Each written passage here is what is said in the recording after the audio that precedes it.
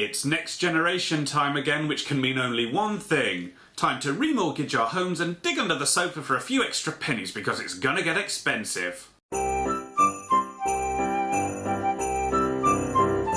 You've probably seen a million Xbox One reviews already, so I'm not going to bore you with the facts you've already heard. Yes, the console is bulky and heavy, so it's a good job it was designed to sit underneath your TV and not be moved around, isn't it? Some people have experienced hardware issues, but as far as I can tell, those numbers are low. I certainly haven't, so all's good there. So screw everybody else. I picked up 3 games, 4 if you include the free version of Killer Instinct. Dead Rising 3, Zoo Tycoon and FIFA 14. I've had a chance to play Dead Rising 3 the most so far, but not quite as much with the others. Firstly, I am a huge fan of the controller. It fits nicely into my hand and all the buttons are well positioned, especially these shoulder buttons. My only flaw is that there is no ring around the home button like there is on the 360, which shows you which player you are. But it's only a small gripe, so I'm not going to get too hung up about that. This is the dashboard, which is kind of a combination of Windows 8 as well as the Xbox 360 dashboard. It's fairly easy to navigate around, although sort of browsing for games isn't quite as easy as it is on the 360, or that's probably due to the fact that I'm just so used to using the one on the 360. But enough about that crap, what can it actually do? Firstly, let's have a look at Dead Rising 3.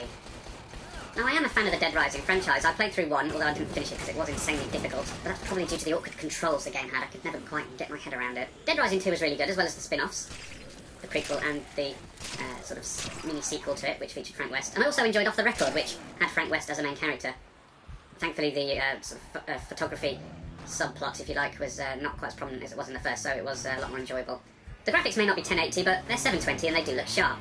And the thing that impressed me the most about the game is the amount of zombies that are on the screen at any one time. It is just pure chaos at times, and running through crowds can be a little daunting. Once again, all the combo weapons are there and present and as crazy as ever, and this time we have the addition of combo vehicles and creating absolutely insane weapons which just plough through zombies. If you actually pilot a vehicle which isn't a combo weapon, it will sort of really struggle through crowds of zombies, but if you create something such as a steamroller and a motorbike combination, it will just obliterate everything around it. The psychos are back, they're a lot of fun, but they are easier this time around. Maybe that's because the combo weapons are so easy to come by, but it does feel easier on the old psycho front, which was probably the hardest part of Dead Rising 1. So now thankfully the psychos can be beaten without me resorting to actually punching people in real life as well. One of the great things about the console is if you press the home button, it will just automatically go back to the actual home dashboard. So unlike the 360 where it will bring up the sort of mini menu and you have to go back to the dashboard, it will just literally bring the dashboard straight back up and then you can jump into whatever other game or app that you choose to do, and that is really a good feature. So, Zoo Tycoon, and I was a huge fan of Zoo Tycoon on the PC, the first one and the sort of marine and prehistoric add-on packs. They were really good. They had so much control that you could do with all the enclosures and the layout and this and that. So, I picked this title up for myself and, well, mainly for my girlfriend because she's a huge fan of Zoo Tycoon. She still plays it today. But it is very restrictive and it's overly complex, and it's obviously aimed more towards kids due to the sort of Kinect interactivity and the fact that you interact with the animals and you have to clean up their poo for some reason. The best feature of the game is you actually get to run around your zoo itself, and you can actually drive a car around there, but unfortunately you can't actually run anybody over, which is a massive shame. But you can't build paths where you want. The game actually builds the paths for you, so it does restrict any of the creativity. You can only choose between small, medium and large enclosures, and then you shove your animals in. So there is real lack of actually customising your zoo to exactly how you want it, which is quite frustrating for people who've played the original games. Oh well, better luck next time. Killer Instinct, the much-awaited reboot of the franchise since the early Nintendo days. Now, I don't really get on well with fighting games, but I did want to try this one out and see how it played. And it plays like any other fighting game that I've attempted to play, sort of the Street Fighters, the Mortal Kombats, the Soul Calibers.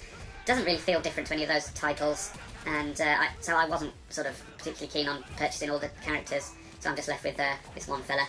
Although, you know, I've kind of learned a couple of his moves, although I kind of do just mash the controller like a madman.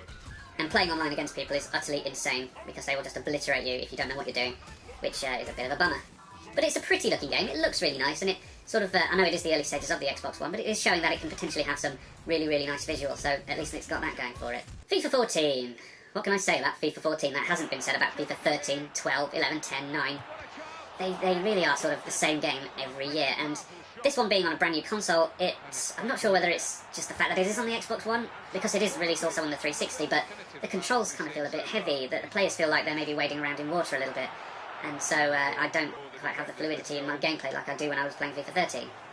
If you're going to insist on releasing a game like FIFA every single year, then you need to mix it up a bit, you need to add new things, you need to add an arcade mode, something like that, just to change things up a bit, because it is essentially the same game being released year after year, but with a different player on the box. Come on EA, for next year's version, mix it up a bit. Throw a pie, someone. There are limited apps available on the release of the Xbox One. We have the Love Film Amazon app, as well as Netflix and YouTube, and obviously Internet Explorer. And obviously there's Skype as well. The apps all seem fine, they do what they have to do. They work as well as they did on the 360. One decent part of it is that you can control it with the Kinect, using voice control, which I'm not sure that I like voice control. It can work occasionally in games, like in Dead Rising 3, you have to shout to distract zombies or encourage other survivors, but when I want to watch a movie, I don't want to sit there shouting at my TV. If I want to pause it, I'll press pause on the pad. If I want to turn off my Xbox, I'll just turn it off using either the button on the console itself or the pad. I don't want to have to sit there shouting, Xbox, turn off, because half the time it won't even listen. And then there's the Kinect sensor. It's supposed to pick up the fact that I'm playing when I turn it on and my girlfriend's playing when she turns it on, etc. But I've actually got the Xbox One in my bedroom, so it doesn't pick me up, so I have to log in manually using the pad. So it doesn't really make that much difference to the way I use my Xbox One. I am a Microsoft fanboy though, so I just can't change allegiances to this point to the PS4. Although the PS4 isn't perfect, although they will, be adamant, the PS4 fanboys, that their console is unbeatable. Both consoles have, good points. This is probably the highlight of the Xbox One. It is as close to a perfect controller as you're probably likely to get at this stage, so I'll be looking forward to see what they do with the Xbox 2, or whatever they call it. The release games for Xbox One are a mixed bag. Dead Rising 3 is a lot of fun, but the other offerings are a little lacklustre. The multi-platform titles such as Call of Duty Ghosts and Battlefield 4 do look incredible, and they have probably got the most positive reviews out of anything released over the two consoles. Which of these two would you choose? I guess this one's made its choice. Xbox turn off. Yes.